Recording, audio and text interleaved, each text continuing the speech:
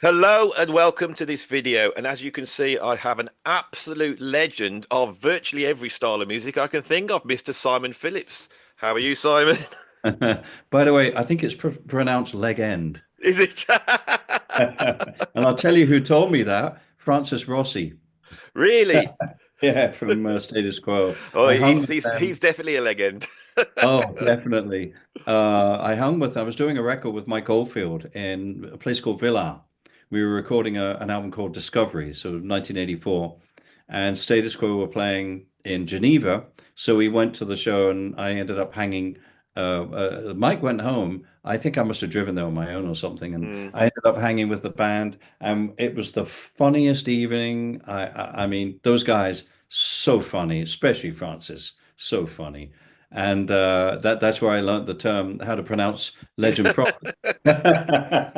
Well, just before I came and I was looking through your discography, and you have played all sorts of different things over the years, and played on all sorts of different albums, which have been quite influential. And I do want to get into that.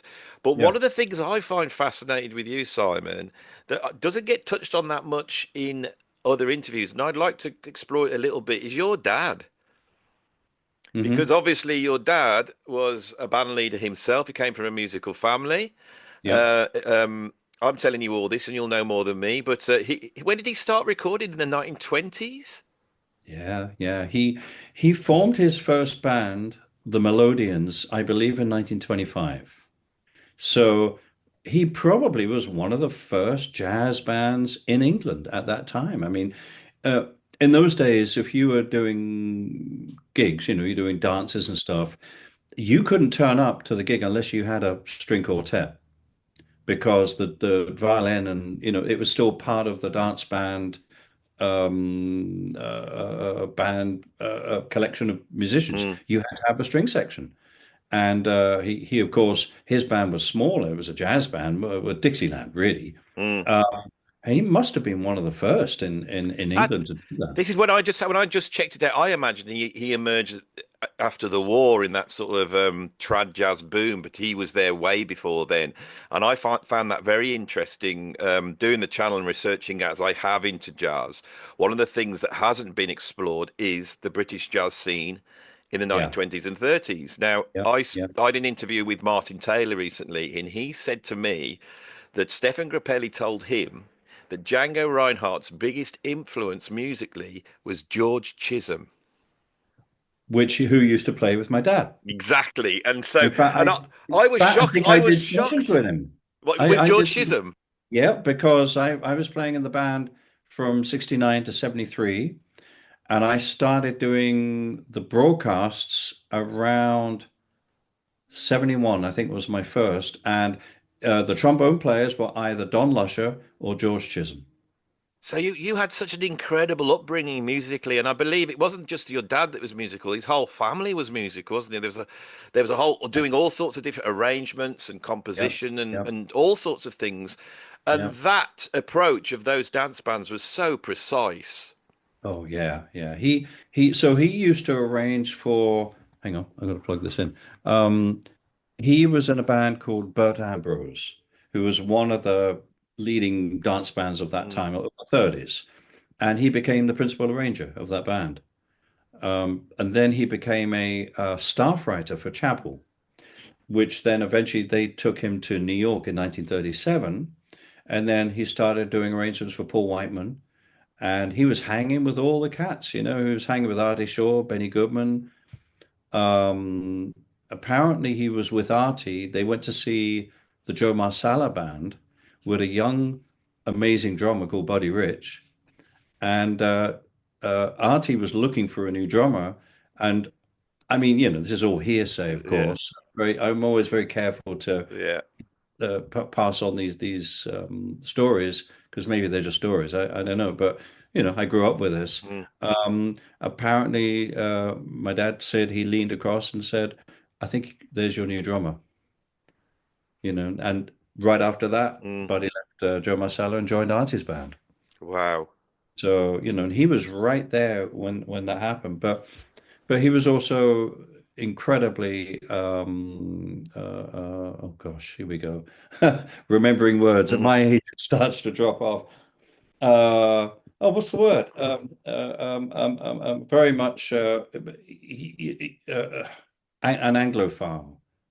God, there's a lovely word, and I can't Mhm. bloody think of it. Isn't that amazing? Mhm.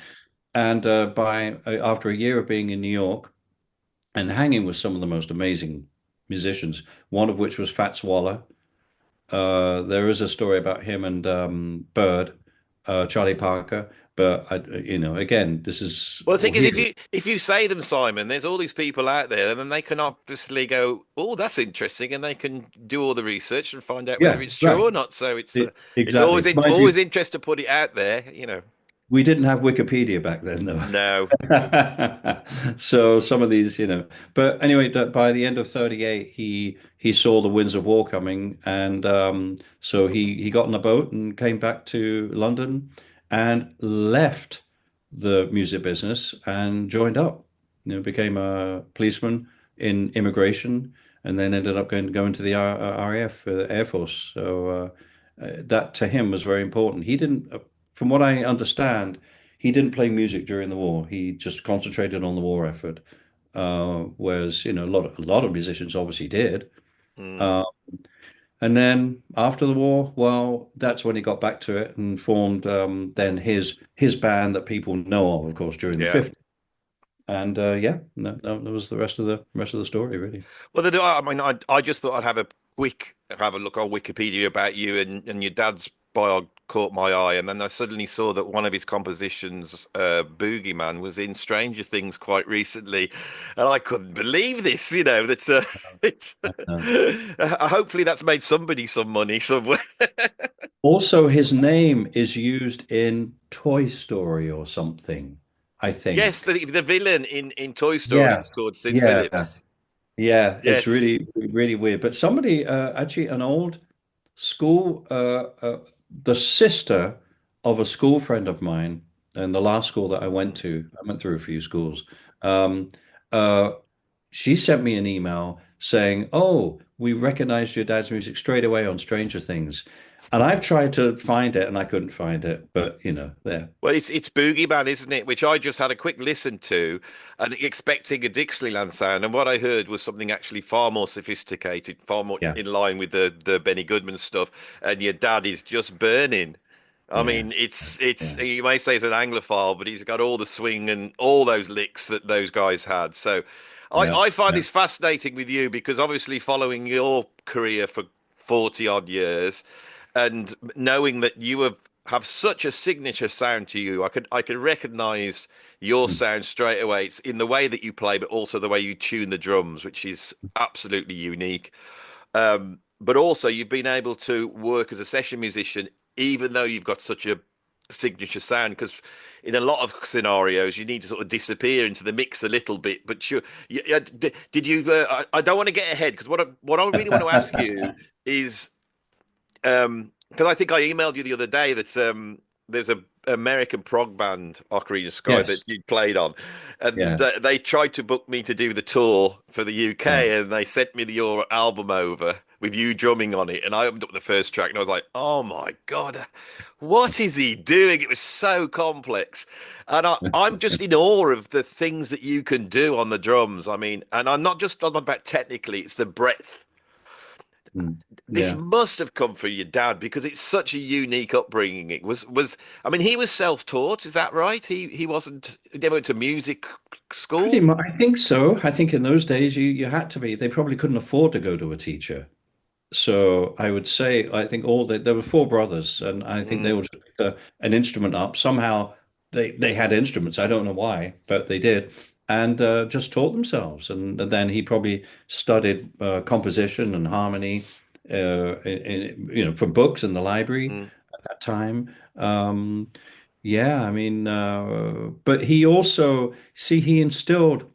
I mean, my apprenticeship was pretty it was pretty deep. It was very strict. When I joined his band, I was 12 years old, and that meant I had to leave the school that I was in because it was a prep school. I was supposed to do the whole thing, the prep school. I was supposed to go to Harrow and become whatever, you know. He did not want me in the music business at all. My mum, however, was totally opposite. She really did, and she also saw that there was obviously some talent there that would probably, get me through it. Um, and I think it was a very unusual situation. People, when I say that I joined the band at 12, I mean, a lot of people don't believe me, especially here in the States. And Mm. when I look at a 12-year-old kid, sometimes I don't believe it. But I know what happened. I know exactly what happened. Um, it was just a very one of those things that would only happen once in a lifetime. His music at that time, most musicians in London did not want to play, especially drummers. They wanted to play like Elvin Jones, like Art Blakey. They wanted to drop bombs. They wanted to play bebop. Mm. And it was only the A level guys, which were the studio guys, who never did gigs. They just lived in London Mm. and went to all the studios doing their sessions.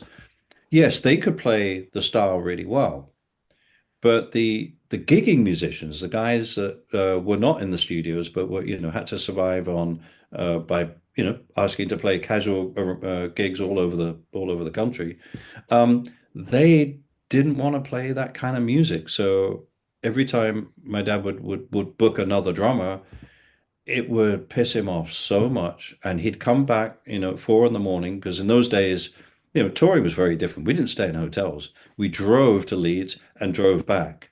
We drove to Hull and drove back. Do you know what I mean? Mm. They were very long days, and I used to sleep in the car, and three of I'd sit by the window because I used to get terribly car sick, and the trumpet player would be next to me, and one of the horn players next to him. In front of me, because it's England, so it's a Mm. right-hand drive. My bass drum and floor tom, and my dad was driving. He drove all those miles. I mean, it was amazing. Um, so yeah, he would come back and he would be in a terrible mood. And my mum, she would, 4 o'clock in the morning, and she's awake because, Mm. and I'm asleep in the room if I'm not at Mm. school. Mm. Um, and he would just complain bitterly about the drummer this, the drummer that. And my mum just said, "Okay, all right, enough of this. You have a damn good drummer here in the house, and he knows how to play your music." And that was really the thing. I was incredibly inexperienced, of course, Mm. dynamics. I'm playing as loud as I can, I mean, I had no concept of what it was like to play as a professional. Um, but I've been playing along to his record since I was able. So how old were you when you started drumming? 3. 3 years old. Yeah. See, Now, I it's started when I was funny. 12. That's incredible. And was that because there was sticks lying around the house, or was it just? Oh, no, no, no, no, no, it wasn't that at all. It was because my dad used to rehearse the band at the house. And so I'd seen the band growing as soon as I could walk, which I guess is two and Mm. around 2 years old or something. I was surrounded by, or a familiar sight was a brassy tenor or a baritone or alto.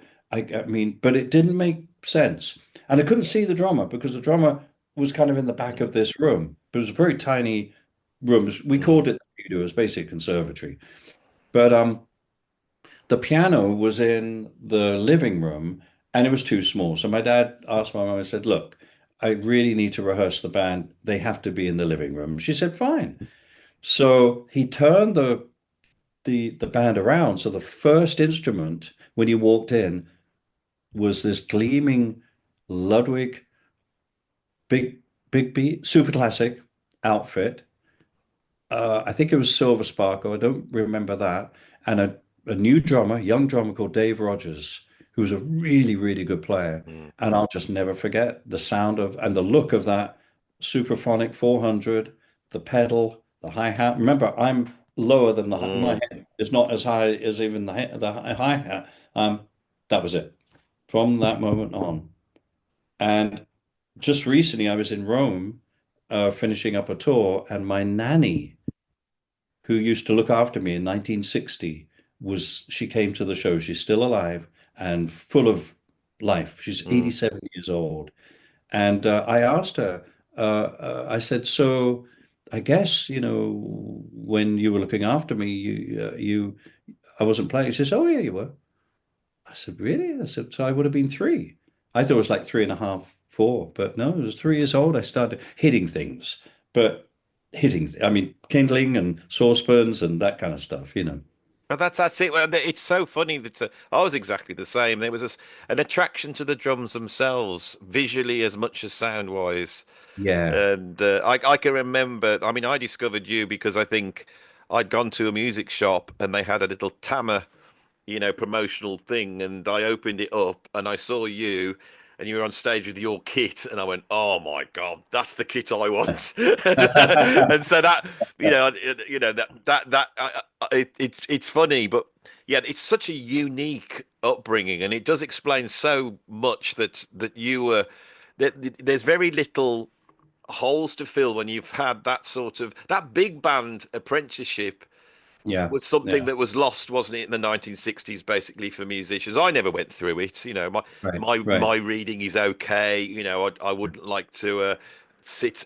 Like I worked with a conductor once or someone fronting the band, and that was always Yeah. weird. And Yeah. so and I believe your first album the one you did with your dad, the Two Generations one, where Oh, that was actually my third album. wow, I think it was second or third. Oh, hang on. Maybe it was the second. The first album. So I'd started doing the broadcast in 71. yeah, And then I think the first album was done, or first album I played on with him was in 72. That was recorded at Chapel wow. Studio. And so just so they know, how old are you at this point? I would say Well, 13, 14. 14. Yeah, 13 or 14. Yeah, So yeah. you were getting studio experience in proper recording studios at that time as well. Also, when we did BBC recordings, we didn't use headphones. We played acoustically. But when you recorded for on multi-track, because in those days it would have been 8 track, they gave us headphones. Now, I used to play with headphones. I rigged a set of headphones up to my mum's stereo system. So I was already used to playing with headphones on, but of course I didn't have a way of feeding the kit into the Mm. headphones, right? This is the first time I put headphones on and went, "Oh, wow. There's everything. It's a mix." And it was obviously in those days it was probably mono actually. Most headphones in studios in the early 70s were mono. So, but at least that's how you heard everybody. And that was Chappell's. I don't remember who the engineer was. Sid James' son used to work at Chappell's, and I remember working with him on a lot of sessions when I went to that studio. But I don't think he would have been engineering. I think that was too early for him. But the second album, which was the Two Generations one, that was done at a phonogram near Marble Arch. I think that was also 8 track, and the tape op on it was Steve Lillywhite. Wow. Which obviously you That worked with quite amazing. a lot later. So, Yeah, and so he reminded me. I didn't know. I yeah, couldn't remember. I mean, I was yeah. by that time I was probably 16. I think when we did that record, 15 or 16. So, But I so look, looking at that album, wasn't just you playing in with your dad's band. There was a band put around you for side two, wasn't there? And I've yeah, been trying to find out who the players were Alan on. Parker, Yes, Alan Parker playing guitar. yeah, Pete Winslow was the arranger. yeah. Um,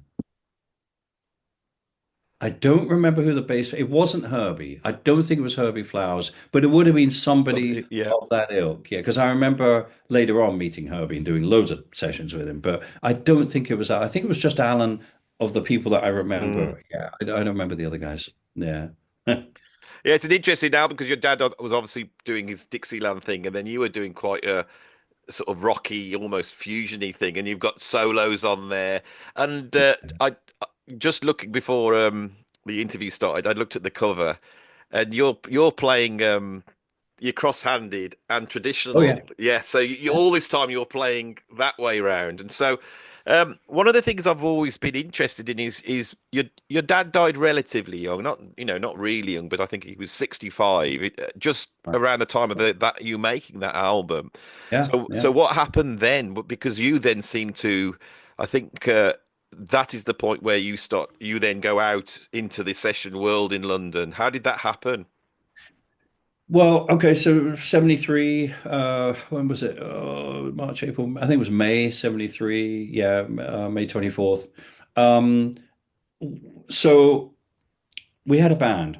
I mean, Mm, his band was still there, and there were a lot of gigs booked for this band.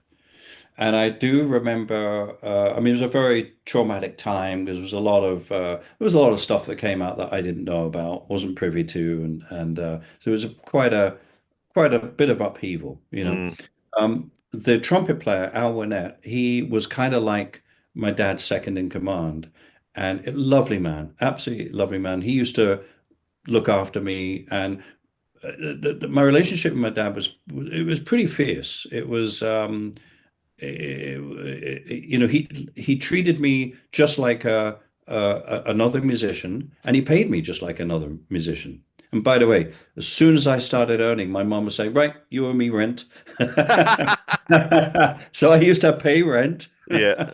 Oh, it was hilarious, And of course, saved up for a better drum kit too, because the kit I was using a Premiere, but it was pretty old and didn't sound very good, especially for recording. But of course, it was in England growing up then. We couldn't afford Ludwig, we couldn't afford Mm. Slingerland. I just used to gaze at them at various drum stores around London, but never could afford it. Ended up with Heyman. But it was pretty. I mean, as strict as if there was a cymbal crash written into the chart and I missed it, he'd get on my case about it. And if I put an extra one in that wasn't written, he'd get on my case about it. I mean, it But was the pretty. thing is, your dad would have been a very experienced band leader, and he would have been very aware if he was seen to be giving you preferential treatment, that Yeah, could upset the because people don't realize these band leaders were leaders and they had to play politics with the musicians, didn't they? And so absolutely. he Yeah, obviously thought I've got to be even harder on him so that they don't yeah, start turning yeah, around, well, and all that bit. Especially yeah, if he was paying you, because in a yeah. way they could have easily turned around and said, well, there's two lots of money going back to you now, and all Right, that. right. It So. was it, it was an interesting. It was a very unusual, very unique experience and situation. But so we had a meeting, and the question was kind of posed: what do you want to do? Well, at that time, the last thing I wanted to play was Dixieland. I wanted to play rock and roll.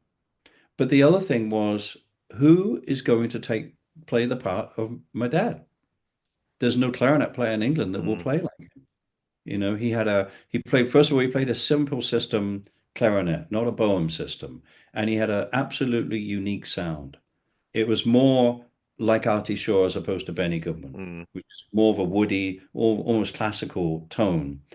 It was a beautiful fat sound, and that was my thing. And I was always very much a um um uh, gosh, again, I can't think of the word. It had to be the real thing for me. mm, And I said, no, I don't want to do this, which also meant putting people in the band out of work and putting myself out of work. So we kind of we fizzled out, as it were. mm, We did do a couple of gigs. We brought in another band leader. We gave those gigs to various band leaders in mm, London at the time, and I was booked to play some of the gigs. And wow, I really noticed the difference between playing in my dad's band and playing with these other bands. And I just went, no. And eventually, then it just dried up. And I left school without really finishing school. I got a phone call from one of the teachers, "Where are you?" And I said, "Well, it doesn't really make much sense for me to go to school anymore. I got to get a gig." So a little bit of a dry patch. I did my first day gig, which was work in an electrical store. mm. and managed to sell a washing machine to Mrs. Lionel Blair. But I was also into recording and stereo systems. My mom had quite a Yeah. extensive system which she used to keep archiving all of my dad's recordings and stuff. So, I kind of was really into the recording side of stuff, but very amateur at that time. And the electronics store in Cannons Park used to sell hi-fi systems. So I tried to sell a hi-fi system to everybody that came in. And said, could I get a bag of vacuum cleaner bags? I said, yeah. Can I introduce you in this hi-fi system? They go, no. But eventually I sold a couple. And of course, then I would go with the guy and I would set up the system because I knew how to do it. So that was kind of one thing that was quite a cool experience actually to do that. And then out of the blue, I got a call from a contractor. Oh, what's his name? I can see his face right now too. Man, I can't remember his name. He said, "Would you come for an audition for Jesus Christ Superstar?" I went, uh, "Yeah." So, and I thought, where did this come from? Well, it turns out one of the piano players who used to play with my dad, Dave Cullen, he was doing that gig at the time, and he was also one of the conductors. They were looking to replace the drummer, and he put my name forward. So, thanks to Dave, I got that audition. It was the day after my mom's, I think, 40th birthday, maybe 50th, but I think it was 40th, and she was terribly hungover. And we Mm. drove in my car. I had to get a car because I had a drum kit, but I couldn't drive it. I mean, I could physically Mm. drive it, but I wasn't allowed to. So I had to pay somebody to drive me to these gigs. It was really quite funny, actually. So she drove me in my mini estate with my drum kit in, and we went to the Palace Theatre, Cambridge Circus, and I loaded it all in and set it all up and met everybody and started running the tunes down. And later that afternoon, I got the gig, which I'm so glad I have explored this area with you, Simon, because I don't think anyone else has, and it's so fascinating. And one of the things I didn't realize is that I mean, you went to a relatively good school. You could have ended up in, the cabinet as a if I mean yeah, but you had to go out and work, didn't you? You had to you have it sounds the whole story is like this had to happen. You had to make this work. And yeah, you had absolutely. you had to earn a living for not just you but your mom. You had to Yeah, get out and it's an incredible story. yeah, yeah. Did Well, is that what it felt like at the time? Was it like, yeah, we got to make this happen, or yeah, it was like I need a gig. I need yeah, work, and I wasn't gonna. I not once did I ever balk at what I was going to do for the rest of my mm. life. I knew what I was going to do. My watch had years on it, not hours and minutes. It's like, oh God, another 5 years or something. But I really didn't know how I was going to make that jump from my dad's band playing Dixieland into what I wanted to do. I really didn't know how to do that. Well, fate decided that for me, which it often does, you know. Um, the I think the next thing, which was one of the biggest lessons I ever learned, was as I've got the charts, I've got the whole of the Jesus Christ Superstar charts, I've got the record, Mm. and I'm playing along to it, but I'm also noticing that the charts are different to the record because the record was the blueprint. And then of course they had to rearrange a lot of the songs for the theater. So I'm going, hang on a minute. Well, the track fades, but I've got, 20 more bars to play. So that was like, what's supposed to happen? And then I got a call from the same contractor saying, "Can you get to?" I don't remember what the theater was, but whatever theater it was this afternoon, the drummer's had a car accident, is in hospital. I need you to play the show tonight. Oh, fuck! I'm like, really? It was Joseph and his amazing Technicolor Dreamcoat, which was also running at the same time.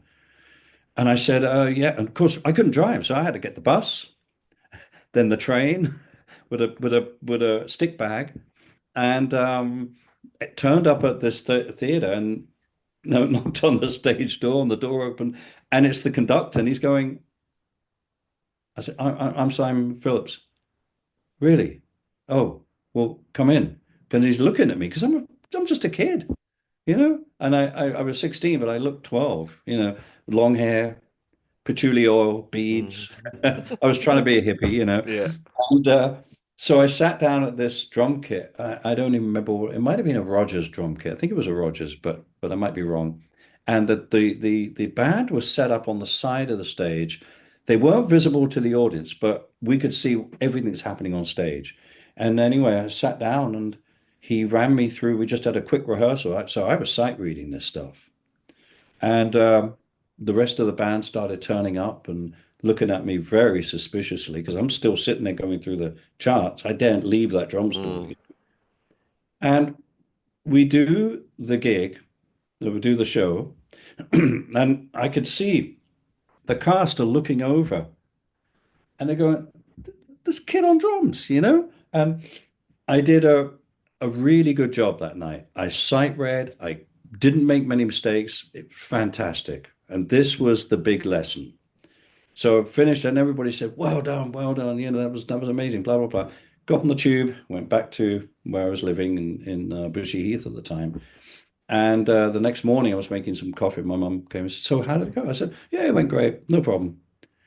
So right, the first bit was the cockiness came in. You know, Mm. I was so sure of myself. Of course, the guy's in hospital. I've got to do this show now for certainly the next 7 or 10 days. Mm. And so I get the tube, bus, tube, turn up again, and we're ready to start. It was disaster. I made so many mistakes.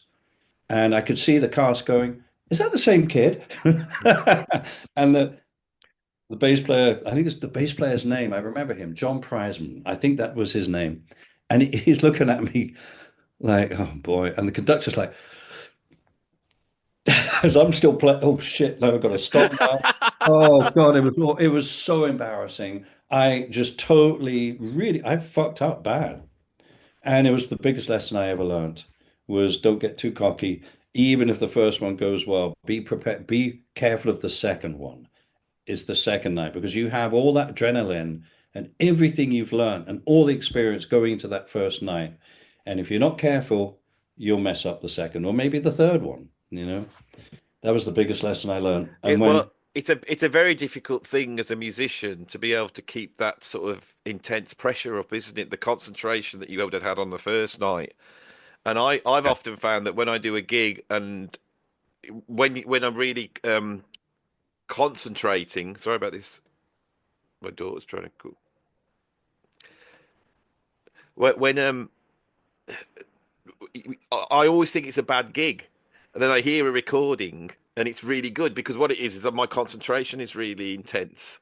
Do you know that feeling? And then you have those other gigs where you're sort of going all cocky and you think yeah, it's great, yeah, yeah. and it's not. It was a huge, huge lesson. And when it came time to start doing Jesus Christ Superstar, um, of course, that second night I was really, really careful. And it didn't happen. It was okay. And I've taken that as a reminder for all these years, even now. So, another thing that I find fascinating is whilst this is all going on and you're trying to break into the session world in the UK, you decide to play open-handed. I mean, what possessed you to do that? Well, that's a little bit later. Oh, so I think, you were still playing the yeah, proper way. yeah. Yeah, I was so I was 16. I started doing that when I was 17, 18 years old. So the thing about the sessions is you got to remember in those days we didn't have demos. We didn't have drum machines. We didn't have sequences. And being in a theater group, a lot of the people that were in Jesus Christ Superstar were musicians. Chris Neal, for example. I did demo sessions for him. Dana Gillespie, that's the first rock and roll album I played on. And it all just started with somebody in the cast going, listen, I've got to make a demo. Can you make a session on Wednesday at Mm. KPM in Denmark Street? Sure, it was a 4-track studio. So I turn up, and of course, there's a new bunch of musicians, and you do the session. Of course, hey, give me a number. And it's that effect of the number that, yeah, just play with this drummer, blah, blah, you know. So I started off doing demos for people.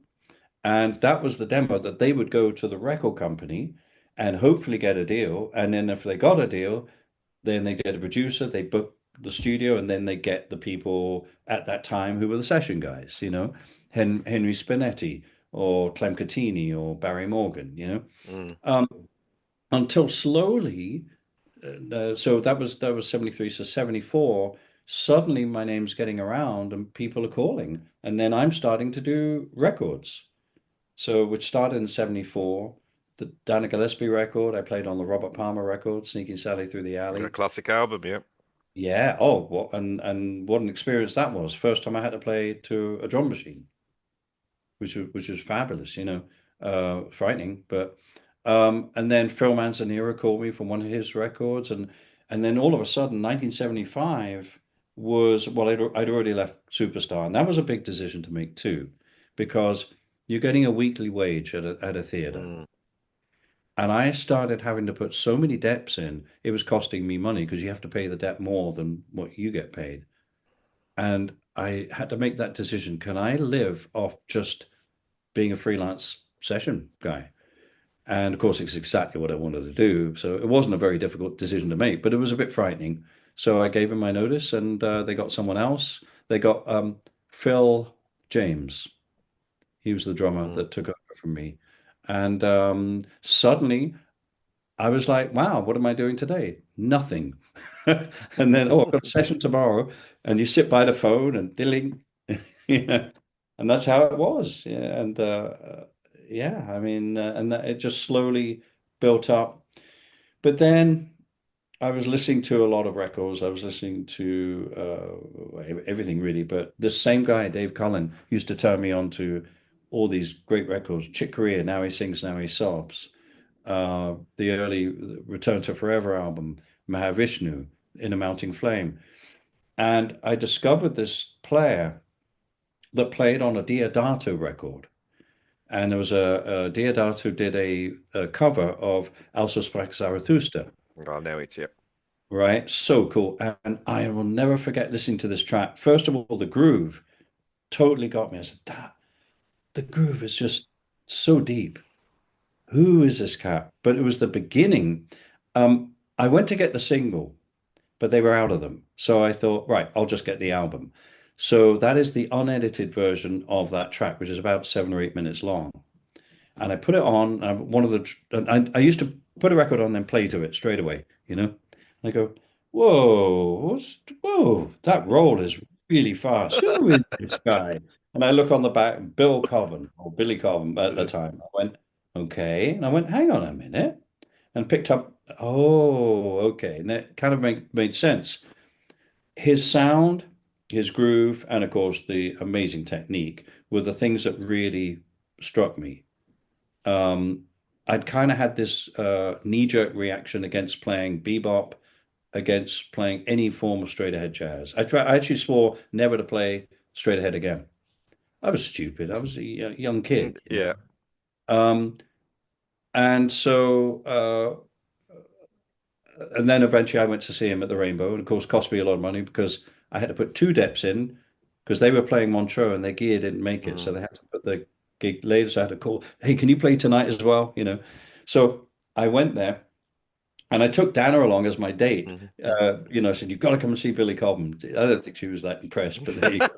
And um, and I saw, and then when he came out and played, well, Average White Band played first.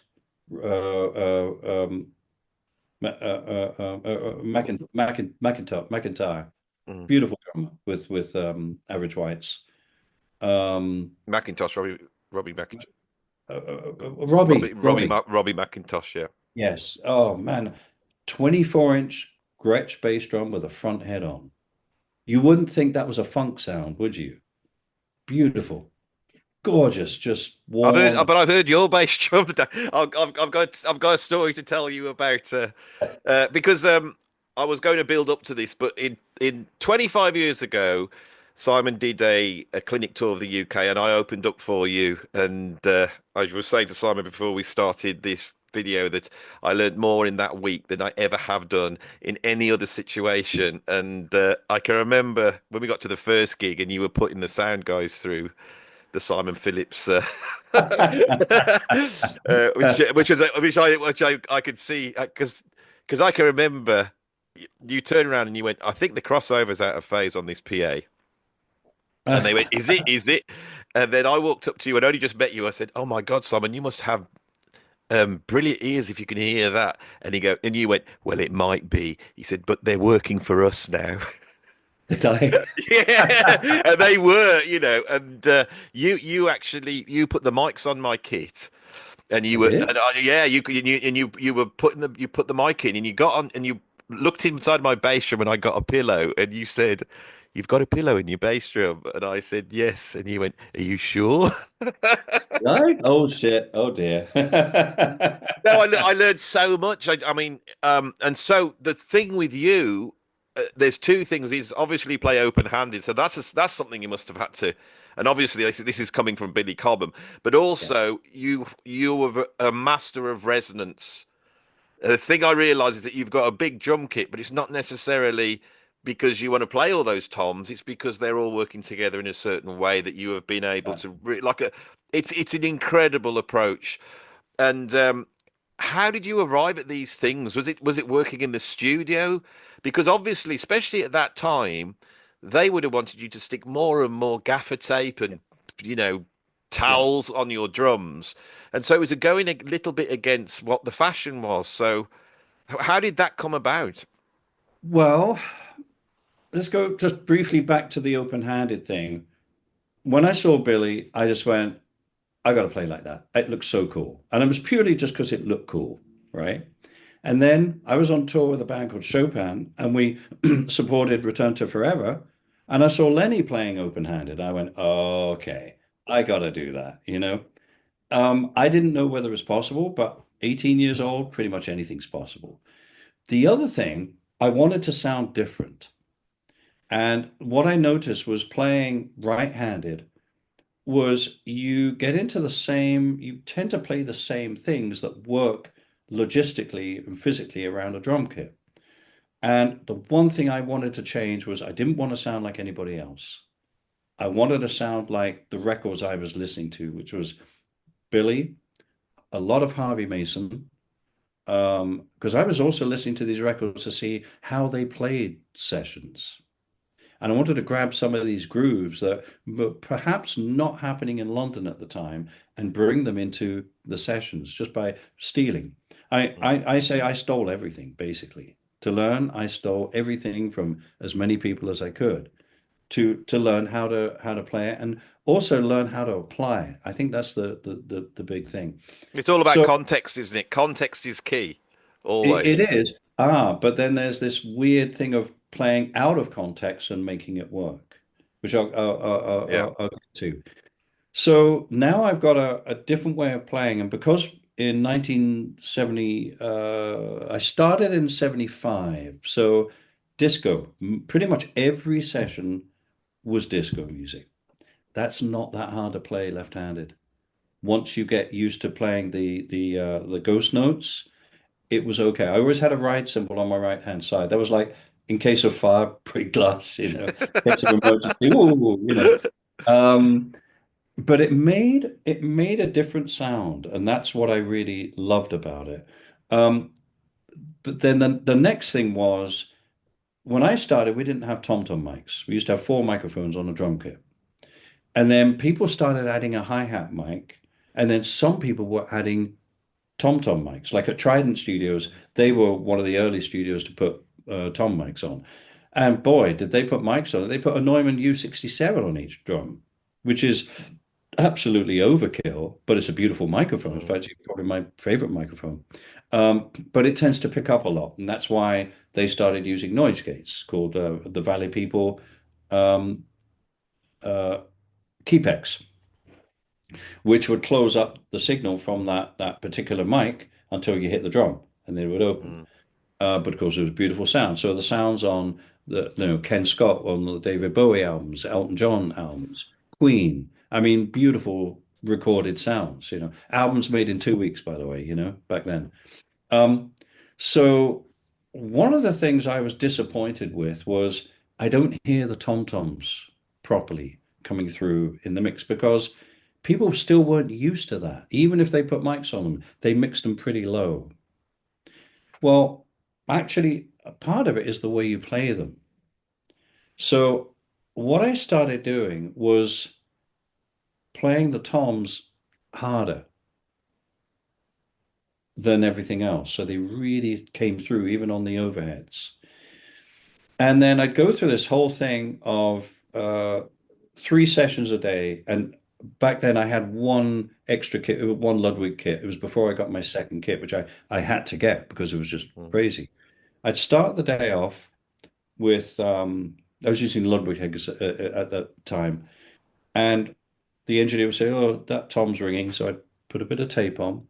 And then I'd take that drum, oh, sorry, that drum kit into the next studio. And the same thing would happen. I go, and by the end of the third session, I've got 3 strips of gaffer tape on each drum. And I'm going, there's something wrong with this. This doesn't. So I used to rip it off after each session and end the session with maybe just one piece on one tom. And I went, uh-huh. Well, a lot of it is to do with the fact that obviously the drum is louder when it doesn't have any tape on it. So their mic gain has to come down. And if you start with a dead drum kit, they're going to have to turn their mic gains up, which is going to cause even more problems because it's going to pick up all the ring that's happening. And if they're too dead on the overheads, they're going to sound like bits of furniture. So that was kind of where I started discovering how to mess with this, but also the way that Billy tuned, the way that Jack DeJohnette tuned. They were tuning their drums up real high, and Billy was making it work in a rock context. And I thought, all right, fuck this. I'm just going to start cranking them up. And then I started using black spots. And then I started pulling the black spots off to get the Ambassador Clear head because we couldn't buy them in those mm. days. Nobody stocked them in London. So you had to buy a CS head and just pull the black spot off. And it just had this beautiful ring. So by 1976, my kit was sounding totally different to how it sounded in even in 75. Um, and it was interesting because I remember this one session I did. It was for a songwriter, Brian Robertson, I think it was, Scottish songwriter. And he came out to me and because he used to book me for his sessions, he said, I love the way your drums sound. Don't change that. Because the fashion in those days in London studios was take the bottom heads off and put gaffer tape on, Mm. on them. So every time I did a session we went through this phase of double drums. I turn up and Ronnie Verrill's playing, or Clem Catini, or Barry D'Souza, and our drum kit sounded just totally different. Some engineers loved it, some engineers hated it. And but I was a pretty bolshy little kid. I was shy and very disciplined because of my dad, but I was also very forceful about certain things. And when it came to sound, I was really forceful. And I used to get a drum key. I got one here. Yeah, I got one here. And the engineer would say, "Could you slacken off the snare drum head?" Which is I hated. So I used to go like this. I go just rattle the key against the against the, and then I'd hit it. How's that? Yeah, yeah. They were like going, nothing changed. So it was a bit of a battle with some engineers, but I stuck to my guns. So in 76, you then turn up for the Judas Priest Sin After Sin album with that sound. And because I've done so many videos on heavy metal and the history of heavy metal on my YouTube channel, Right. you're jumping on that, especially Dissident Aggressor. with those huge tom rolls and all the double bass drum, are sort of it's a part of the jigsaw puzzle for modern heavy metal drumming. I think you change the nature of it with that, you know. You know, you, I mean, yeah, you're right because, and I know I only realized this many, many years later when I'm living in LA and I'm meeting all these young heavy metal drummers, and they're all huge fans of two albums, Judas Priest, Sin After Sin, and Michael Schenker. I had no idea what we didn't call it heavy metal back then. It was called heavy rock, as far Yeah, as I know. And all I was trying to do was infuse a groove into these heavy metal or heavy metal into these mm, rock songs because one of the things I used to do was cross-pollinize. This is what I'm saying about yeah. the That's before, why about I brought it up because right, I discovered you when I found that Tama, promo thing in that drum shop. right, But I actually had you drumming on Sin After Sin because I'd bought that in about 1980 because I was a new wave of British heavy metal kid, and so that's right. what spurred me on to play drums. Yeah, My first drum hero was Cozy Powell because absolutely. I love Cozy. Yeah, oh yeah, yeah. I've chummed up with Don Powell from Slade. Oh And yeah. and Don Powell came over to shoot a video close to where I was, and I went down there to watch the video shoot, and they'd got Cozy's kit, Uh, 24 inch, with the chrome, you yeah, know, yeah, and yeah. I shot a little video where I sat on it and tried to play the Stargazer, Phil, but apparently I got it wrong. But there was a ton of cozy enthusiasts. But Yeah, yeah, yeah, yeah. So I think it was interesting looking at your discography because not only were you doing these sort of heavy rock albums, but you were also playing with people like White Snake, Bernie Marsden, Gary yeah, Moore. yeah, And Back on the Streets, that album, and Gary Moore was playing. I mean, he seemed to us like a rock guitarist, but of course he was pulling all this stuff for the Mahavishnu Orchestra, and then yeah, so were you. So this yeah, this was yeah. coming in and sort of finding its way into sort of the heavy rock at that time, which I think was very Right. influential.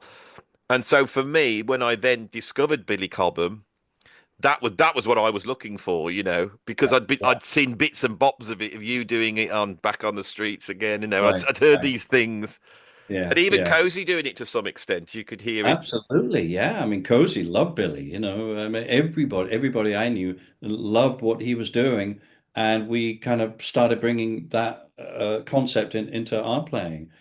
But the one thing that I tried to do was what I noticed was a lot of rock playing back then didn't have a great groove.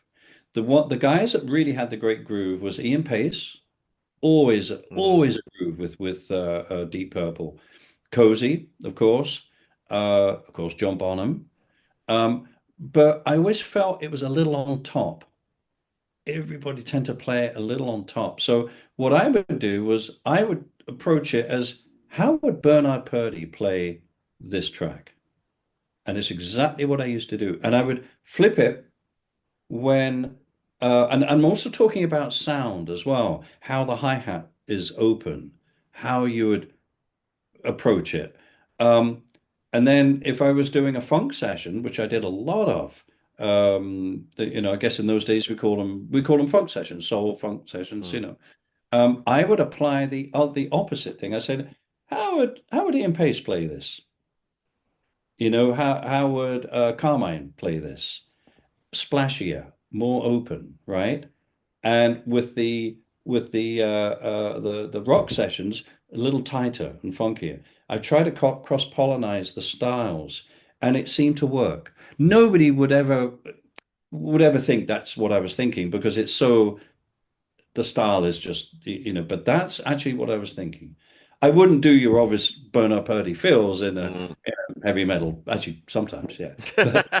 Um, but you see, that's where that came from. And that kind of came from all the recording that I was doing at the time and trying to get the kit to sit in the track where you played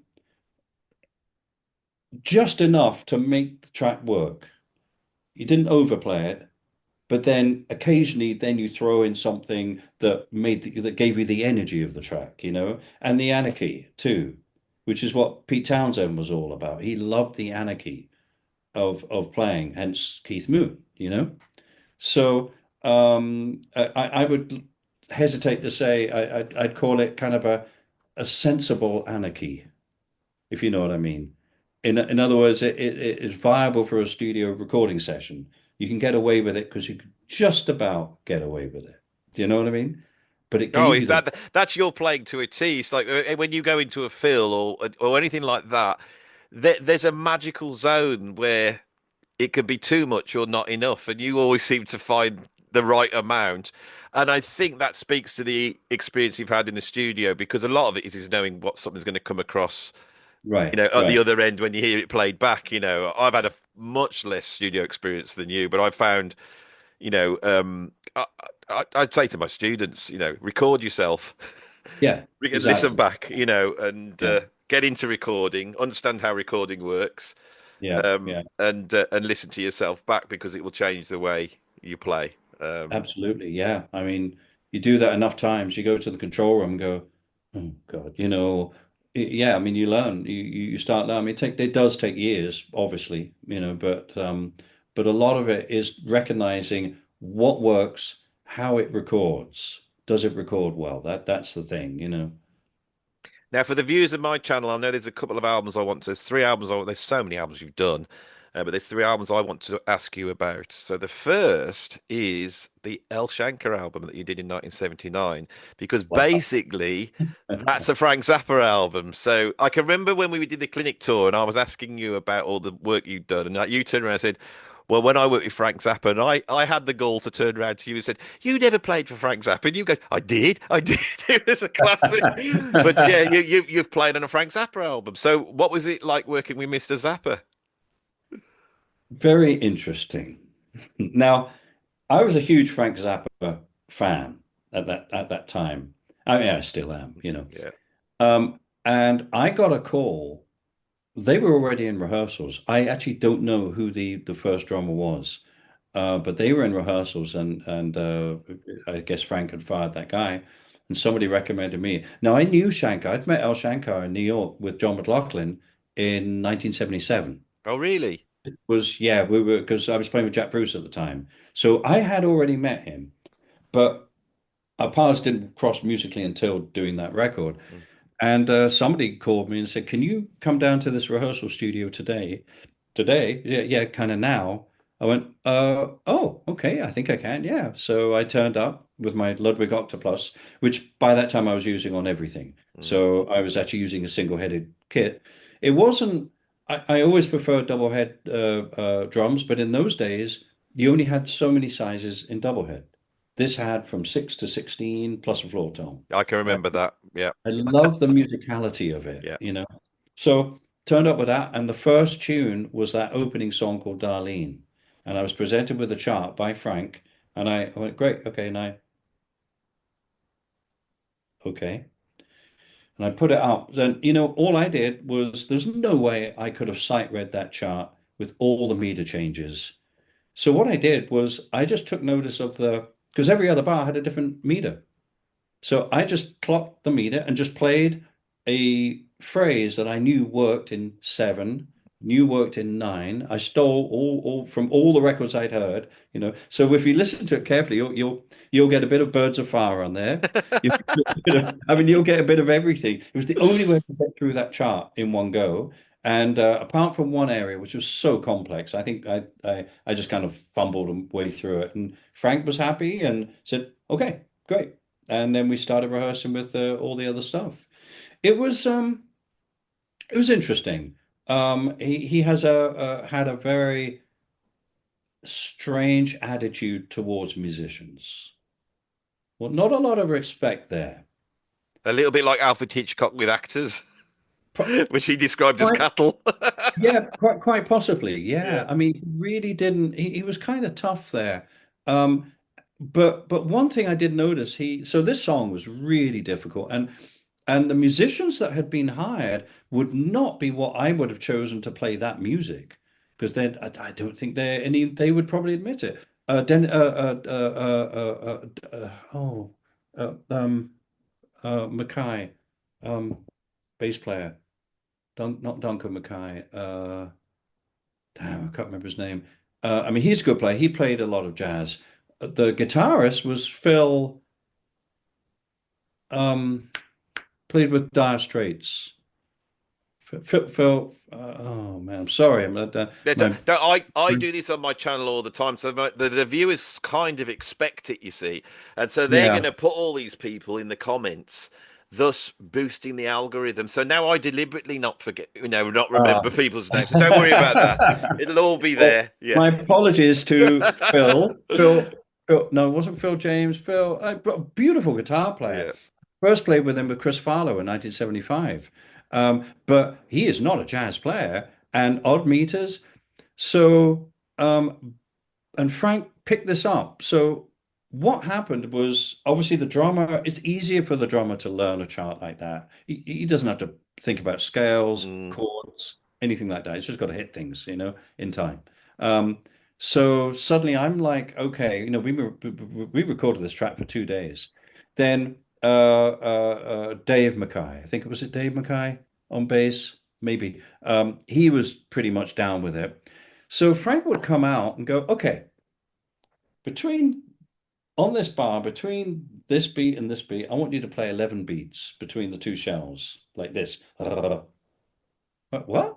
I said, yeah. And I went, oh, wow. So he kept coming out and tying me up in knots, mm. basically, so the other musicians could catch up. And with Phil, he crafted this beautiful part, kind of almost ignoring the meter changes, but they work beautifully. And if you listen to that track and you listen to the way that Phil plays, to me, he's the star of that track. It was beautiful, but I mean, it just took a while to figure. And Frank really helped him and was very patient. He wasn't patient with us, because he tried to, and we got to this bit, and I just went like that, and he said that was not 11 beats. So I'm like going, this is what does that mean? Why? That doesn't feel good to me. But at the end of the second day, we had, if you listen to the track, the most relaxed, beautifully played piece of music with some of the most infuriating time meter changes you could even imagine, but very Indian. And it was gorgeous, the track, absolutely gorgeous. But I think Frank from reading so many interviews and talking to people. I mean, I did Ralph Humphrey's last interview on the channel, which was uh, fascinating, and I did it with Greg Bendin, and we didn't realize he was only had about a month to go, and yeah, so he obviously wanted to really get across his career and yeah. explain it all. What an incredible player! That guy could sight read We absolutely see, anything, but yeah, the thing was, what I felt, chatting to him, is whichever level you were at, Zappa would want you he would just push you beyond it. So the guitarist, he probably clocked and thought, well, I need to get that performance out of them, yeah, yeah, and Simon, he can do this stuff, so I'm gonna. Once he's got this nailed right, let's go to the yeah. 11 tuplet or whatever you call it. So It was great. Now, Ralph, of course, was a huge influence on me. I first heard of him with Don Ellis, and I was a huge Don yes, Ellis. and me, Uh, not electric bath. That was Bohannon, wasn't it? Who was another incredible drummer. Steve Uh, Bohannon. Yes, Steve Vernon. Yeah, But incredible. Ralph was taking over kind of around that time. He did Autumn, that record, and of course Mm. Live at Fillmore and Tears of Joy. So Ralph I was like, wow. And then of course I heard him on the Frank Zappa Overnight Sensation and Roxy and Elsewhere with Chester. And all those, like I said, I stole from all these guys. And of course I got to know Ralph moving to LA, Mm. which was great. I used to watch him play certain gigs, local gigs around Studio City, Universal City, and yeah, beautiful player, absolutely beautiful player. And again, it's just like all these influences coming in. So, and an absolute classic jazz fusion album, of course, is There and Back by Jeff Beck. With I think he's my favorite musician, Jan Hammer. I just find Jan Hammer. Um, he always delivers for me. Jan Hammer does. I absolutely love Jan Hammer. So it's did you was Jan in the studio? Or was that done all at the same time? Because I know chatting to Narada Michael Walden, he said that with Wired, Yeah, all those solos like on Lead Boots, they're overdubbed afterwards. yeah, yeah. You know, so So, right, when we started, so when I first started working with Jeff, he was, just starting to record that next album, which I believe was the album after Wired, apart yeah, from a live album that he did with yeah, Jan. with yeah, that's right. Yeah. So one of the first things I did was to go to Rampart Studios, which I recommended that studio because to me that was more of a rock and roll studio. And I recommended John Punter, who was an engineer up at Air Studios, who great engineer. Um, he did Roxy Music, he did Nazareth, yeah, Yeah. everybody. And it was just Jan, Jeff, and myself, no bass player. Jan was playing Moog bass. Mm. Well, he was kind of playing depending on the track, actually. I think we laid the track with Rhodes, Jeff on guitar, me playing drums, and then Jan would overdub the bass part. And we recorded, I think, 5 songs, but Jan also wanted to re-record a song of his called Oceans and Continents. And it was just him Mm. and I. And I remember the record from I think it's first 7 days or That's something. right. Yeah. Yeah, and suddenly I'm playing this tune with him. I'm going, fuck. And I spoke to him actually, well, after Jeff passed away, I had a Mm. lovely long chat with Jan. Hadn't spoken to him for years. And he mentioned that he finally put that track that we'd recorded on a record of his, which I thought Oh was, wow, I've got to hear that. yeah. So anyway, that was the start of There and Back. Um, then it was time to go to Japan. Stanley Clark came over, and then we did this tour with Jeff and Stanley. And there was a keyboard player issue. Uh, Jeff didn't like Stanley's keyboard player. Stanley didn't like Jeff's keyboard player. I'm not going to mention names, but they were. Uh, and all of a sudden, just a few days before going to Los Angeles to rehearse, we were stuck without a keyboard player. And I was very new to the organization, but we're at the Rainbow Theatre in Finsbury Park, and I went up to the dressing room, and there was Jeff with his manager, Ernest, talking about what the hell are we going to do? And I overheard this, and I kind of said, guys, I know just the person. And they looked at me like, really? I said, no, really. You will love him. He's probably one of England's best keyboard players. And they said, who's that? His name's Tony Hymas. So he said, give him a call. Call him now. So I called him. I remember there was a phone in the dressing room because we didn't have mobile phones. It's so Mm. funny. I have the recollection of being on a mobile phone, but of course it wasn't. So I was dialing like this and, hey, Tony. Yeah, mate. What are you doing in next month? Actually, now between now and month. He said, well, and he looked at his diary. I've got a concert with Cleo Lane on the 19th. And I said, all right, Tony, come and play with Jeff Beck and Stanley Clark and me. How about that? And he said, all right then. Because he's so, he's very dry, Tony. We got a rehearsal together. Stanley flew over from Los Angeles just for that day. Well, night really. And they met Tony. Tony had already listened to some of the tracks. Started playing. It was wonderful, absolutely wonderful. And then Stanley flew back, and then we did a couple of rehearsals with Tony. I think just Tony, Jeff, and I. And then we went to LA, rehearsed with Stanley. And we did our first tour. Jeff absolutely loved Tony, fell in love with him, loved his playing and everything. So then after that tour, and that was 78 and 79, um, Tony and I started going down to Jeff's house to, you know, figure out what we're going to do. Still didn't really know what material Jeff had, if any, apart from the Jan Hammer songs. Mm. And that's what it turned out. We were just playing those tunes that we had played with Jan. Mm. And I took Tony aside and I said, Tony, we've got to write music. Jeff needs music. He's And not a writer. He wasn't a writer, was he, Jeff? He was. no, no, He was like the Frank Sinatra of guitar, wasn't he? He sang a yeah. song. That's like He made any if he liked it, he made any melody. He owned it. He made it yeah. just incredible. Um, So we got together, and the first song we wrote was a song called "The Golden Road," which is on There and Mm. Back. And I remember whistling the melody to Tony. I said, it goes like this, da da da da, like whatever it was. And we drove down to Jeff's house and we played him it. Go kind of, I hope he likes it. And he goes, it's a ballad, Jeff. Oh, okay. Played it. He went, I like it. It's great. It's great. All right, let me learn it.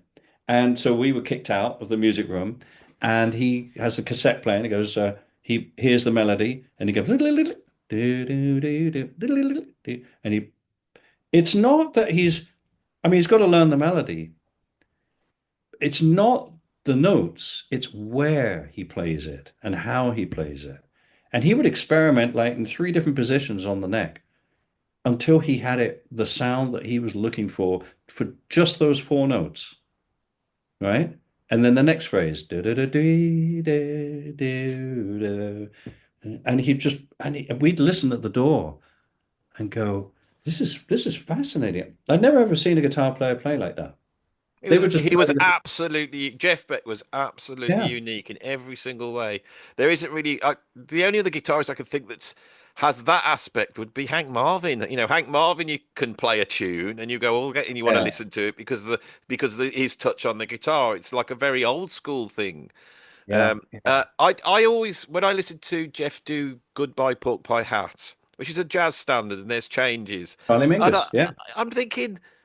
How's Jeff approaching this? Because he's not approaching it like a jazz musician, and Oh, yet he is playing through those changes, and yeah, he was an incredible player. So it must have been, and that band, that '81 tour that yeah. you did with Yeah. him, it was such a killer band that was. I wish they'd done a live album of that. And there's no video. The only video of that band. So we were on tour in the States and Japan in 1980. And the only video, which was actually Mo Foster, it was his damn video machine with his three cases, the Mm. battery, the machine, and the camera. I mean, he traveled the whole tour on that with that thing. And the only show we could video was Santa Barbara County Bowl because in those days it didn't have a roof, so the concerts were always during the day. So we had beautiful sunlight, and he gave it to the LD, and he gave it also to his bass tech, and it's just been released on YouTube. It's all over YouTube. Yeah, I've seen it. I've seen it. Yes. Sounds awful, and it's not the greatest, but it's the only video of that Mm. band available. Even in Japan, we never did like a TV show or anything like that, and it's such a shame, such a shame. But once we got that first song and Jeff was happy with it, then Tony and I just continued writing. And we'd turn up with another couple of songs, and he loved them. I just recently found one of the DATs, which is not playing very well, sadly. I think it's the tape, not the machine. But there's a couple of other tunes on there that we never got to that Tony and I wrote. Mm. But he was loving those. The Pump, for example, was inspired by "I Am a Walrus," Beatles. I turned up at Tony's house once. I said, "Okay, here's the next song. It's a straight eight groove, just doom, doom, doom, doom." Incredible. And he came up with a harmony and stuff, and then we both patched the melody together, and we made a demo. I put it as a ARP 20, not 26, Odyssey. Fed it through the headphone out, or I can't remember, or through something that had an amplifier, stuffed a microphone in, gaffer taped it, cranked it so the headphones were distorting, so it sounded like a guitar. And that was the lead on the I on the demo. there, Yeah.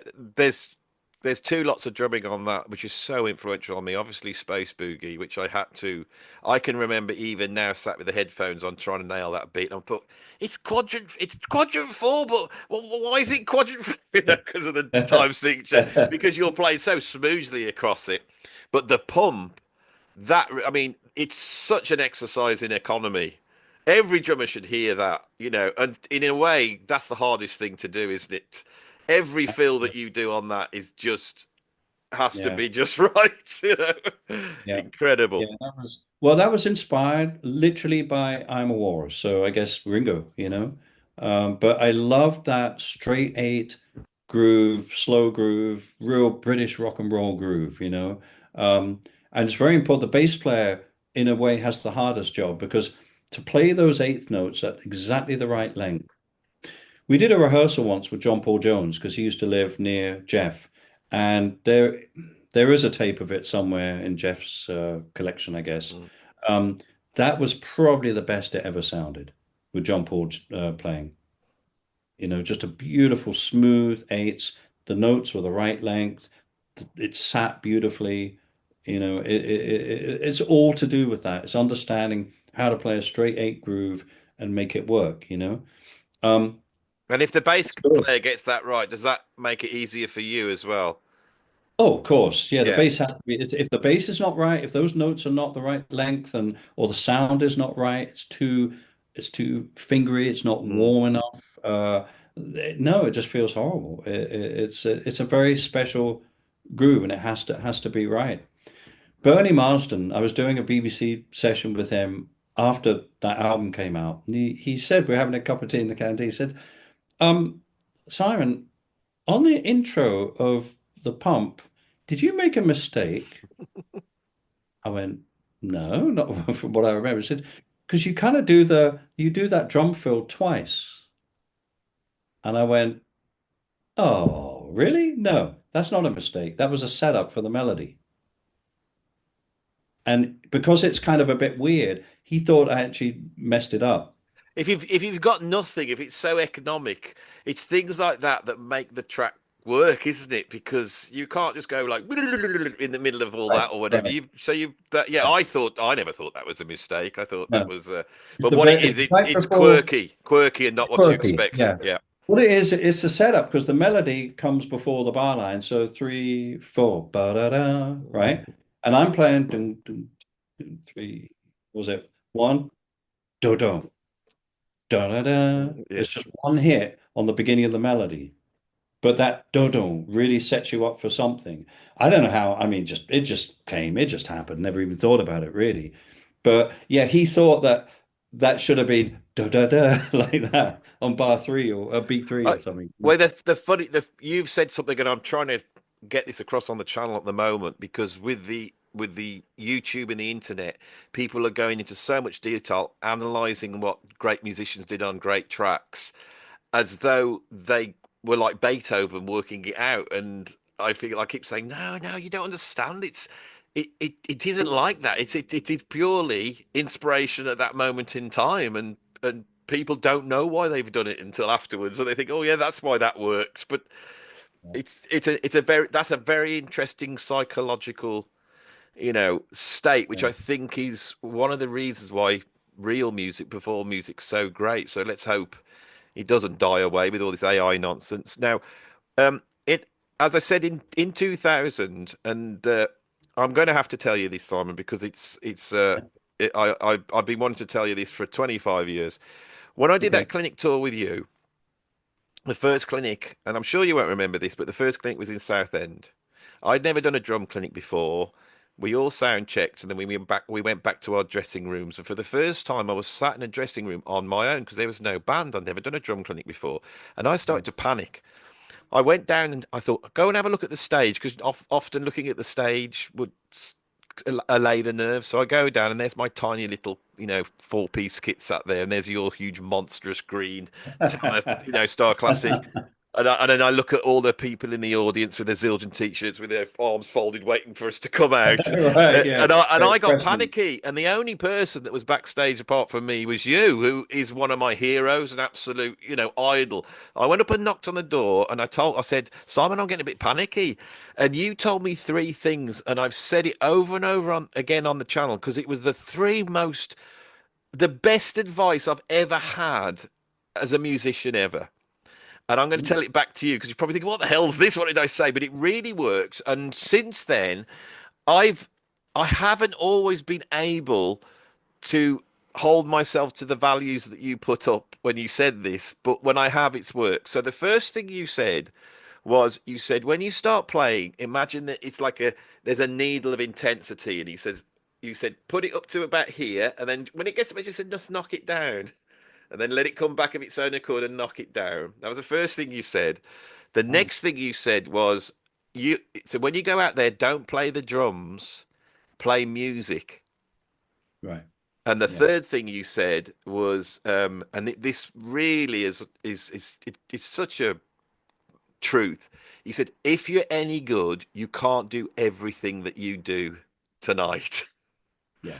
And those three pieces of advice, and I've mentioned it a number of times on the channel, three of the most useful pieces of advice, which if you can hold it in your head. And I remember I went out after that and I did everything that you said.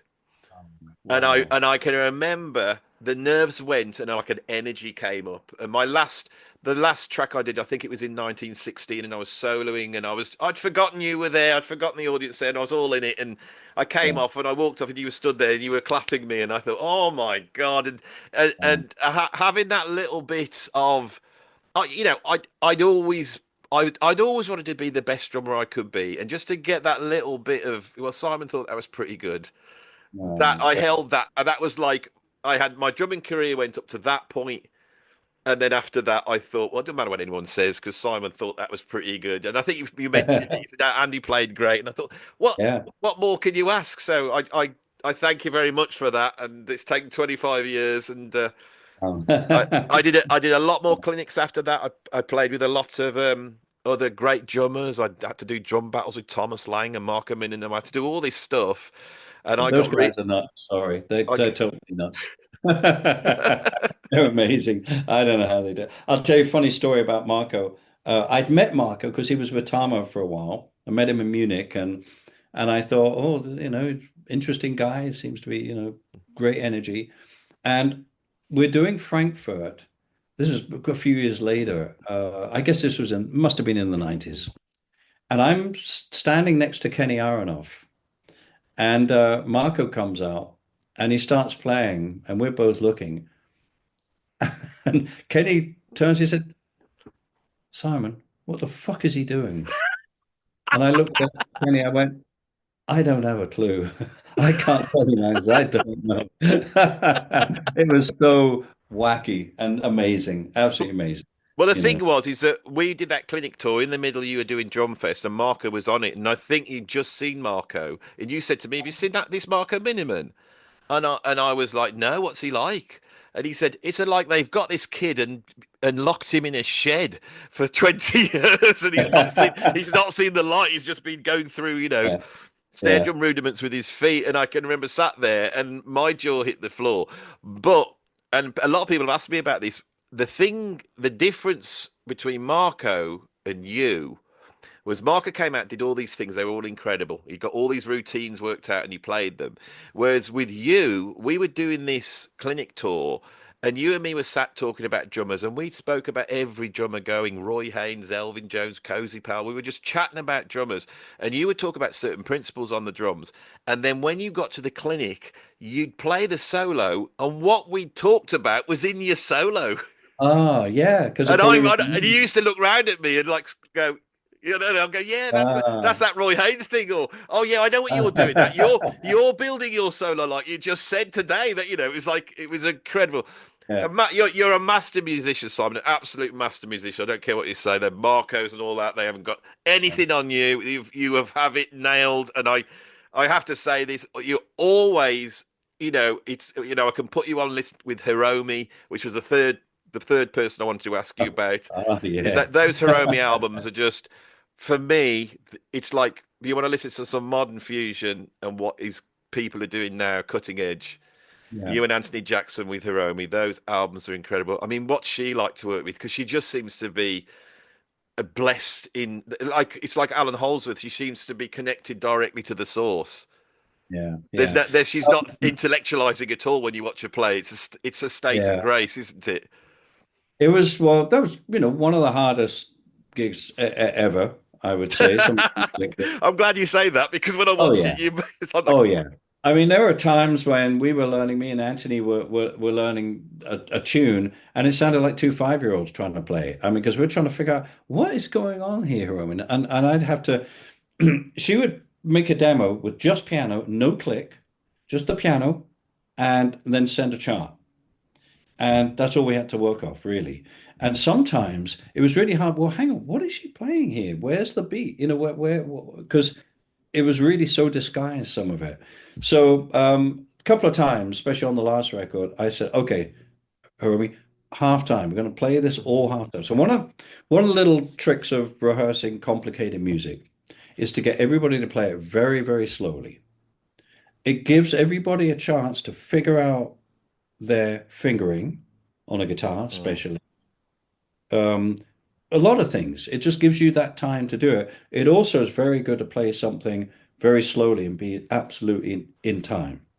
Not rushing, not slowing down and stuff. So it's very accurate. You concentrate on the accuracy of it, and when it's a complex set of beats, you make sure that they're really in the right place. So that's what we used to do. And I used to give her a click. I said, okay, here we go. So, and she just play it literally half time. And I go, oh, okay, now I see where we are. And then we would then play it half time, and Antid be do his thing, and then we'd then, okay, now let's slowly start to speed this up. And eventually we got up to the tempo that she wanted to play it at. She always wanted to play it pretty quick. Um, it was stunning. I mean, it was and even before we recorded the tunes, she said, we should start playing these live. I went, I don't even know the title of the song, let alone how the song Mm. goes. And Anti's got all these charts, because he had to read, she basically wrote his chart out for him because there's very much part to do with what she's playing on the left hand and what she's not playing on the left hand. It was all the counterpoint and intertwined with everything.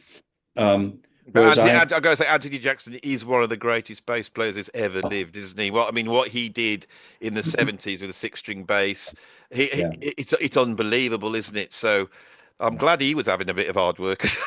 Oh yeah, yeah. I think we both were. I mean, he did, but it was right up his street. I mean, he could Yeah, do it. But there was a couple of things, we just had to figure out how to put this together, and then and we would work on the arrangements together. I'd kind of have an idea. I think, sometimes this transition is not that smooth. Why don't we do this? Blah blah blah blah blah. And eventually we did it. We started playing each song at a show, which was like hell, damn, okay, how are we going to do this? All right, and off she starts, and off we join in, and somehow we get through it, and slowly we start learning the pieces of music, and then by the time we get to the studio, we have played the music because it's kind of important to do that with that complexity of music. And then yeah, it worked, and it was one of the most enjoyable 6 years I've ever had playing music. Really, absolutely lovely. absolutely. Yeah, I absolutely love it. I haven't asked you about Toto. I was watching all the other interviews. Everyone asks you about Toto, so I didn't want to ask you about Toto. I think all I need to ask you now, Simon, is what's next. I appreciate you, viewers. Simon's a little bit ill today. He's a bit under the weather. You've brightened up a little bit though. Do you feel a little bit better having a trip down memory Well, I lane? knew I knew that would happen. Yes, it would either go the other way, but no, it's great. No, it's lovely. Um, so my main project now, certainly in a live scenario, is Protocol. It's my Brilliant. solo project, which I started in 1988. I have an amazing band. We've been together now since 2019. And we're going to be doing some shows starting in January, actually. We play the NAMM show is in Los Angeles at the end of January. We're playing 3 nights at a place called Catalina's, which is kind of the main jazz club here in LA. And then we go up to Yoshi's, which is up in Oakland, do 2 nights there. And then we have a little break, and then we go, where do we go then? Oh, we go to the East Coast. We do the Blue Note for a couple of nights, and Scholars up in Boston, Sellersville, PA, and Keystone Corner in Baltimore. And then we go to Europe. It's not a very long tour in Europe, but we play the Blue Note in Milano, Crossroads in Rome, and a few other places in Germany. And then we do some more West Coast shows in June, I think. So that's kind of my main project. Um, I've been trying to put another record together, but that means I need to compose another record. I just haven't had time because I'm producing this artist called Darwin, and we are now on the third album of three in the same amount of years. So that takes up time. I'm producing it and co-writing it, and and I'm engineering it as well. So it's a lot of work. Um, and that record is now the second of the trilogy is being released next year. That's already mixed in the bag. Then the new one, we've got to do all the overdubs, got to record all the vocals and stuff like that. So that takes time. Plus, I've got some other project which I'm going to be producing. So I do a lot more production now than playing. Um, but I always try to keep that balance of playing and studio work. I haven't done quite so much live playing in this last year. So I actually just did a tour with a really well-known uh, Italian rock singer called Gianna Nannini, who I played on a few of her records, and she asked me to do her tour back in 2020, but then we got, COVID happened. So, and I've never been in an Italian band before. And I do love experiences. That's one thing I like to do. I like to put myself in unfamiliar situations. It's just something I've always enjoyed. I get bored with the being in the same situation. I'm exactly the same. A friend of mine said, he goes, "That's your trouble, Andy." Is that they said you enjoy playing a new style of music that you've never played before with different musicians, and once you've nailed it, you get bored. Yeah. I Yeah. thought that's totally It, right. So I know exactly what you mean. know the feeling. Yeah. I've got to, in order to keep progressing somehow, got to have new challenges. So this is very interesting and a lovely bunch of people, a wonderful crew. We were doing arenas, so it was quite a big show. I hadn't done large gigs for a long time, actually. Very straight ahead. I was just playing, pretty much rock drums, or how I do it. I did get to do a solo every night, which was really fun. Um, and interesting playing a solo in a big arena. Totally different concept to playing, in a jazz club or Mm, smaller or a theater, where you can be very musical about it. You could be as self-indulgent as you want. It's a solo, mm, but the emphasis is more on the composition of the solo. When you get to a big arena with 12 or 5 or 8,000 people who are not musicians and they love pop music or pop rock or whatever, well, what are you going to do? So you kind of have to work the room a little bit, and you got to make big gestures, so big. So what do? I always go to sound.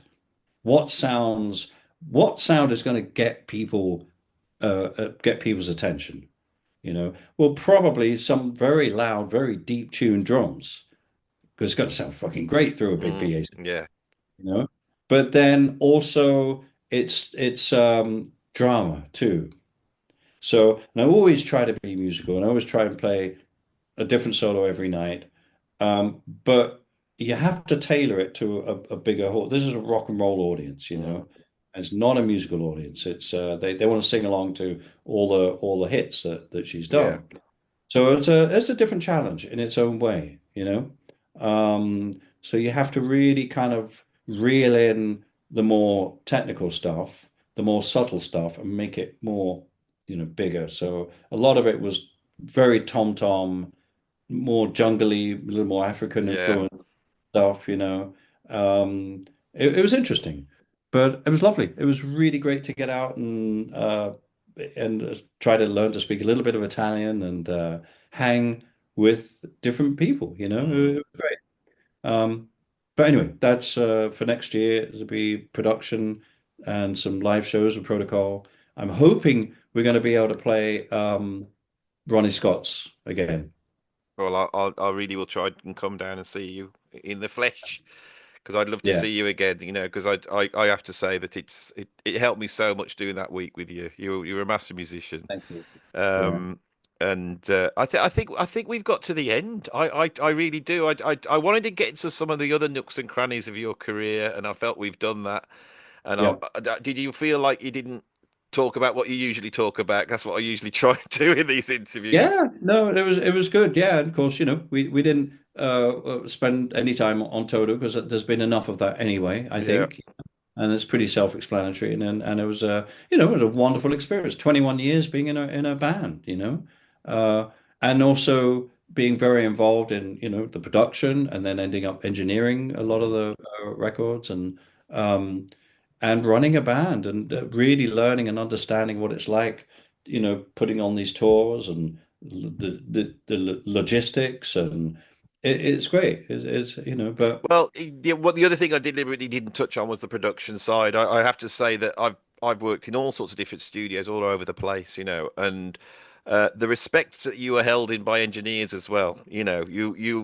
You aren't just a drummer that twiddles the knobs. You really taken it to another level. And if in the future you'd like to come back and talk about more the production side and sound, and yeah, also I'd like to have your thoughts on where it's all going. I mean, the other day I was in a studio and we were trying to mix a live album, and right, I was trying to do the normal thing because a lot of the drums were leaked over the vocal mic, and then this kid comes in and goes, "Logic's got this thing now. It's called the splitter or something," and he pressed this button, and the drums disappear off the vocal track, and I was like, "Oh!"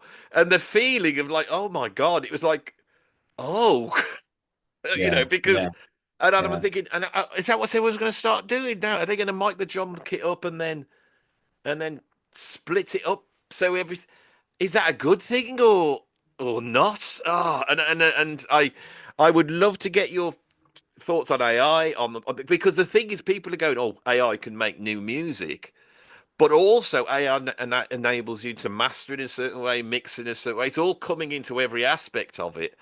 And I know you are very much like they're like cameras, and you make sure the thing's up working up front first. That was one thing I learned from you. To make the drum sound good, yeah, and hit it well and tune yeah. it well, and then put the mics on, and then it's about doing that. So Well, I'd I love to grew do up with it. that. Yeah, I'd love to come back and do that. So hopefully we've mentioned it, and they'll say, "Yeah, get Simon back," because I'd love to get you back in. I have to wait for Yeah, you to. that'd be lovely. Yeah, that'd be a whole different thing. But one thing I would like to mention, the one disappointment to me about live playing of a lot of artists is so many artists and so many bands are playing along to Click Track and Pro Tools or Ableton, and they're not playing with each other. And I've seen this a few times now, and I can tell the band are not playing together. We've lost that. You're playing to a track. And not only does it fool the audience, I feel very strongly about this. So, and the gig that I just did with the Italian artist, I think in all Italian artists, they do that. And when we were talking about this, I suddenly had this thought, hang on a minute.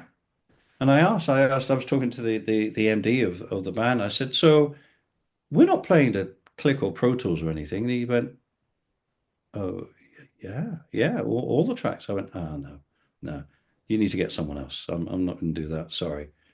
And there was a big pause on the phone, like, oh. And he said, okay, let me think about this. And he figured out a way where I could just play totally free. The band would play as a band, but Ableton would follow. And it worked really, really well. So I still feel there's too much stuff being played that's pre-recorded. I don't think it's necessary. Some tracks, it's great to have, but that was a big that was a deal breaker for me. I'm 100% with you, and there's aspects of it I don't understand because if you're adding something that is very specific on a backing track, everyone's going to hear it and they go, "Well, it's not there." And if you're adding all this extra stuff, a live gig is different to listening to something on a record, and you actually want a little bit more space, don't you, in the arrangement of the Yeah, instruments, than having yeah, all these sort of bass sub drops and everything that you've put on the album yeah. to boost it up. And then, of course, the other thing is they are triggering the drum sounds, aren't they, so often? And I do find this really annoying. And when I broach this subject, it's like, well, this is the way you do it now. You trigger your sounds, and so I don't understand it at all because of the way the drums are. It seems to break the very rule, the dynamic structure of a drum and your feeling. Totally. Yeah, yeah. But also the other thing is, well, if it's not your drum sound, whose So samples are yeah, you? what's the point in hits? What's the point in you? I don't get it. I mean, Yeah, I get upset. You know that thing when you're doing a bigger gig and they stick the gate on the bass drum and they've got it fierce and I can hear it clicking and then I'm going, you've got a gate on the bass drum, and they're like, yeah, yeah, yeah, yeah.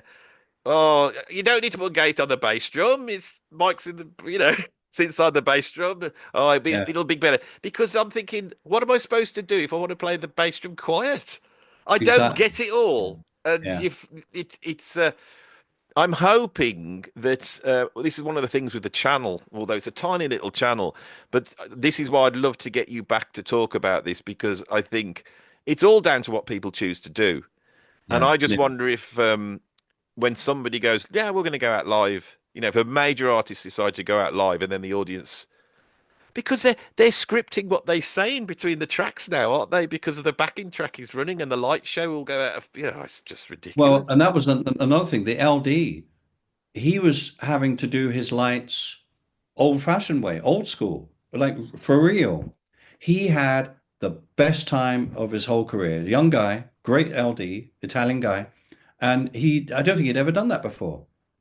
And he was just enjoy every night. He was having a blast because he could actually be creative and timing. He had to do rather than it just running and selecting a few patches, and pages.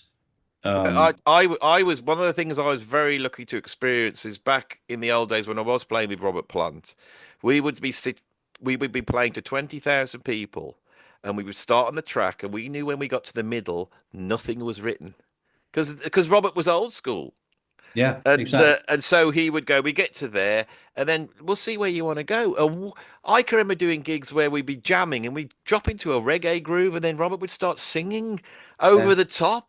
You would think, yeah, well, okay, let's just keep going, and surely I mean, Zeppa, the biggest band in history, and there's a reason because people went to a unique event. I mean, what's the point? If you buy two tickets, you go the next day, it's exactly the same thing. Why don't they just put playback and a mime? I yeah. do not No, get it at all. no, I know. It's Are we just getting old and it's probably, but still, we got to no, that it really bugs me that part of the business that's happening. And yeah, you won't see a protocol show played to click. well, the only thing I think is I think your dad's generation that had really was skilled arrangers and composers, and they ran this unit that was like a little factory that Yeah, could produce these incredible things. And then in the '60s, the Beatles came out, and suddenly that's just knocks the dance band thing out. And yeah, those guys must have been looking at these guys going, "Oh, what is this about? Why does people just want four guys up? When you can have this?" And so I wonder, but surely music is about human expression. It has to be. The Beatles were still expressing themselves, weren't they? yeah, They were still, yeah. It's they not were a still factory. emoting. Yeah, it is. It's creation, and it's not a factory line. And it should be different each night. And so, what if a track speeds up or slows down? All through the 60s and 70s, every track sped up or slowed down. I mean, did it spoil our enjoyment of it? Did it spoil the record sales? No, of course it Yeah. didn't. And No, it's so I just think we're getting to lose this, and I we've got to hang on. there's so much modern pop music. When I listen to it, I go, it's actually a decent song. That is a decent song. Why don't Yeah, they just book some players, stick him in the studio? They'll have the whole thing done in about 3 hours with really good players. They exactly. all play at the same time and it's bang done, and they can try it another way rather than people programming. And it's. I think we've lost as much as we've gained. I think we've lost a lot more than we've gained. And I Yeah, think it's like Pandora's box with the digital yeah, technologies, and I think the capabilities to actually capture real performance now. And I can remember 25 years ago when we were doing that tour, you were saying, we can get into surround sound now. We can have, you can buy albums that are yeah. in multi-dimension and all that. And the industry didn't move. The film industry, moved, and now everyone's got these huge TV screens and surround sounds. Right, But right. music, I think we just didn't move with the times, and I think we need to give a better experience. But one of the things that's interesting about YouTube and the internet is the fact that people love it on YouTube. It's Yeah, like, the snarky puppies. One thing they have done is they capture something going on, don't they? So. Yeah, yeah. No, it's, I mean, there's always good things and there's always not good things. So, but that would be great to do another episode with Yes, more I, I, engineering. I, I would love, Let's I do would it. love to get your take on that. Anyway, I think we've done enough now. I don't know how long we've been talking for. Probably Oh nearly two. well. My interviews are long. Thank you very much, Simon, and Pleasure. Absolute pleasure. thanks for doing this. Oh, my mouse just stopped working. What's happened? I can't stop it. Oh, here we go. It's caught up. I'm not. I haven't got my Mac because the screen's broken. Goodbye, everybody. Do you want to say goodbye to the walls? I always do like a BBC children's TV ending. It doesn't matter. It doesn't matter how important you are and legendary as a drummer, Simon. You still have to do it on my channel. Bye bye, everybody. Bye Bye bye. bye, Bye bye, everybody. everybody.